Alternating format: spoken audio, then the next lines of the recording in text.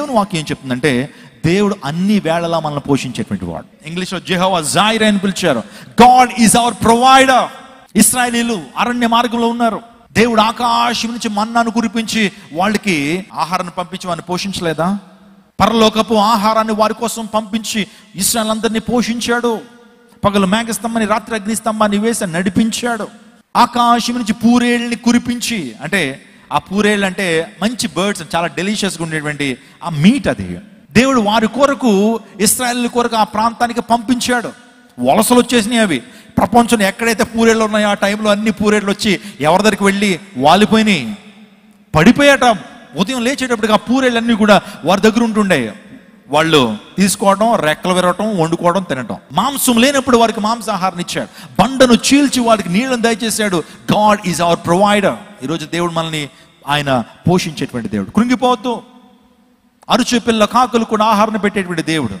ఈరోజు నీకు ఆహారం పెట్టడా? కృంగిపోవద్దు. ఆహారం లేదని ప్రార్థన చేయి. ప్రతి విషయములందు ప్రార్థన చేయి. ఏలియా తన సేవకుడు, చాలా మంది సేవకుల్లో ఒకలాంటి ఇది ఉంటుంది. ఎలా పోషించబడతామనేటువంటి భయం చాలా మందికి ఉండొచ్చేమో. కానీ ఏలియాని జ్ఞాపకం చేసుకుందాం. ఏలియా కాకోలముల ద్వారా పోషించబడ్డాడు. రాజు సముఖం నుంచి రొట్టెను మాంసాన్ని తీసుకొచ్చి ఎవరికిచ్చిని? ఏలియాకి ఇచ్చిన. తన సేవకుని దేవుడు అవమానపరుస్తాడా? తన సేవకుడిని దేవాదేవుడు పస్తులు ఉంచుతాడా? నమ్మకంగా ఆయన పరిచర్య చేస్తే, నమ్మకంగా ఆయన సేవ చేస్తే, ఆయన వైపే చూస్తున్నటువంటి సేవకులు దేవుడు విడిచిపెడతాడా? చెప్పండి. కొన్నిసార్లు నాకు ధైర్యం ఏంటి తెలుసా? మీరు ఇస్తున్న దశమ భాగాల కానుకలను బట్టే మిమ్మల్ని అపరిమితంగా దీవిస్తుంటే దేవుని కొరకు జీవితాలే సమర్పించిన మమ్మల్ని దేవుడు విడిచిపెడతాడా? ఆ ధైర్యం నాలో ఉంటుంది. ఆ విశ్వాసం మనలో కలగాల. దేశం అంతా కరువు ఉంది, కానీ రాజుగారి ఇంట్లో కరువు ఉంటుందా?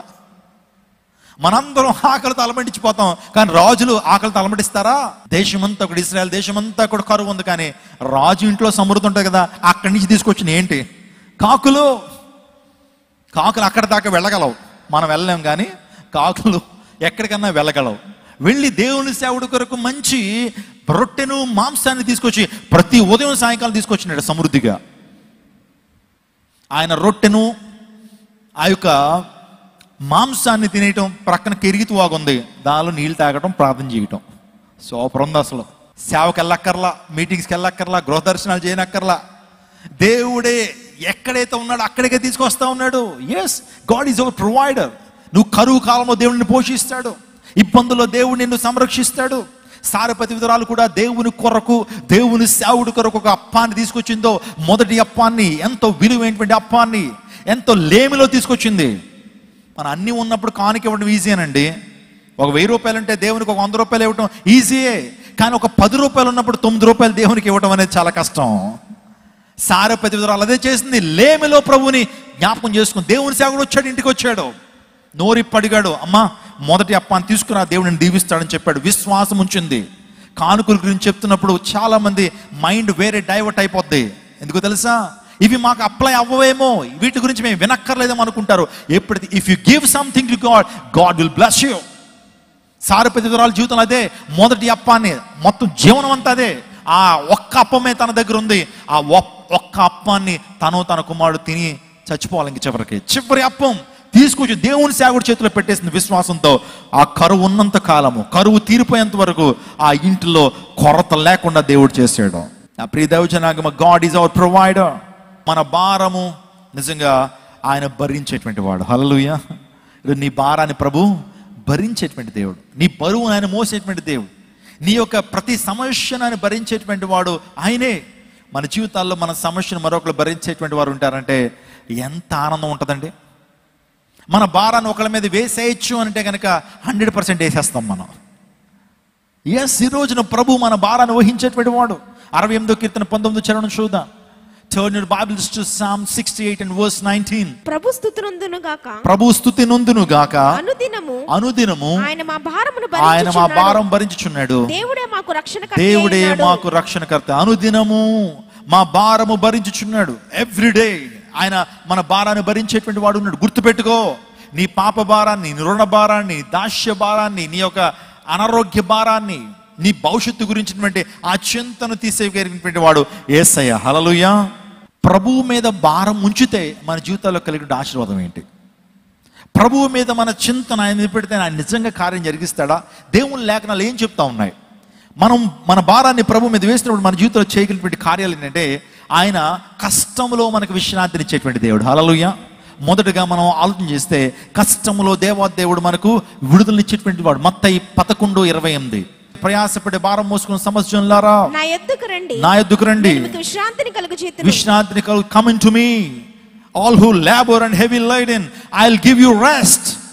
ప్రభు దగ్గరికి వస్తే బూడిదేవుడు ఆయన. ప్రభు దగ్గరికి వస్తే ఏమేమివాడు కానీ శాంతిని ఇస్తాడు. Hallelujah. I will give you rest. ఈ మాట ప్రపంచవ్యాప్తంగా అనేక మందిని బలపరిచిన మాట. Come unto me, I will give you rest. ప్రభు దగ్గరికి వచ్చినటువంటి వారికి ఆయన ఇచ్చేటువంటి విశ్రాంతి, శాంతి, సమాధానము, డబ్బుతో కొనలేని ఆశీర్వాదాలు ప్రభు ఇస్తాడు. ఈరోజున నీవు జీవితంలో ఎంతగానో దిగులుతో ఉన్నావా? ప్రభు దగ్గరికి రా. ఒక్కసారి ప్రభుని వేడుకో, ప్రభు వైపు చూడు, నువ్వు రక్షణ పొందుతావు. బూదిగంత నివాసులారా ఆయన వైపు చూచి రక్షణ పొందుడి. ఆయన వైపు తేరి చూసినప్పుడు మన జీవితాల్లో కార్యాలు. సిలువలో రెండవ దొంగ ప్రభు వైపు తేరి చూచాడట. నాకు అర్థం కాలేదు ఏంటంటే, సిలువ ఎక్కిన దగ్గర నుంచి కూడా ప్రభువుని చూస్తానే ఉన్నాడు. ఆ రెండవ దొంగతో మాట్లాడుతున్నప్పుడు కూడా ప్రభు వైపు చూస్తూనే మాట్లాడాలి. అన్నీ బాగానే ఉన్నాయి. కానీ బైబిల్ గ్రంథంలో మనం చూస్తే లూకాసు వార్తలో ఆ దొంగ, రెండవ దొంగ ప్రభువును చూచి అనే మాట చూస్తూ ఉంటాం. అంటే తన దృక్పథం చూడటం అంటే లిటరల్ ఐస్తో చూడటం కాదు, కానీ మన దృక్పథం మారాలి, మన యాటిట్యూడ్ మారాలి, మన యొక్క వైఖరి మారాలా. ప్రభువుని ఇప్పటి వరకు ఎలా చూసావు? ఆ దొంగ ప్రభువుని ఇప్పటి వరకు వేరే రకంగా చూశాడు. కానీ ఎప్పుడైతే సిలువలో యేసుక్రీస్తు ప్రభు మహిమను చూశాడో, యేసుక్రీస్తు ప్రభు ఔన్నత్యాన్ని తెలుసుకున్నాడో, యేసుక్రీస్తు రక్షణకర్తగా ఎప్పుడైతే తన జీవితంలో విశ్వసించాడో, తన చూపులు మారిపోయినాయి, తన చూపు మారిపోయింది. ఎప్పుడైతే తన వైపు చూచి, నా ప్రభువా నువ్వు వెళ్తున్నప్పుడు పరదేశంలో జ్ఞాపకం చేసుకుంటావా? Will you remember me when you go to Paradise? Paradise అంటే మన ప్యారడైజ్ బిర్యానీ కాదండి.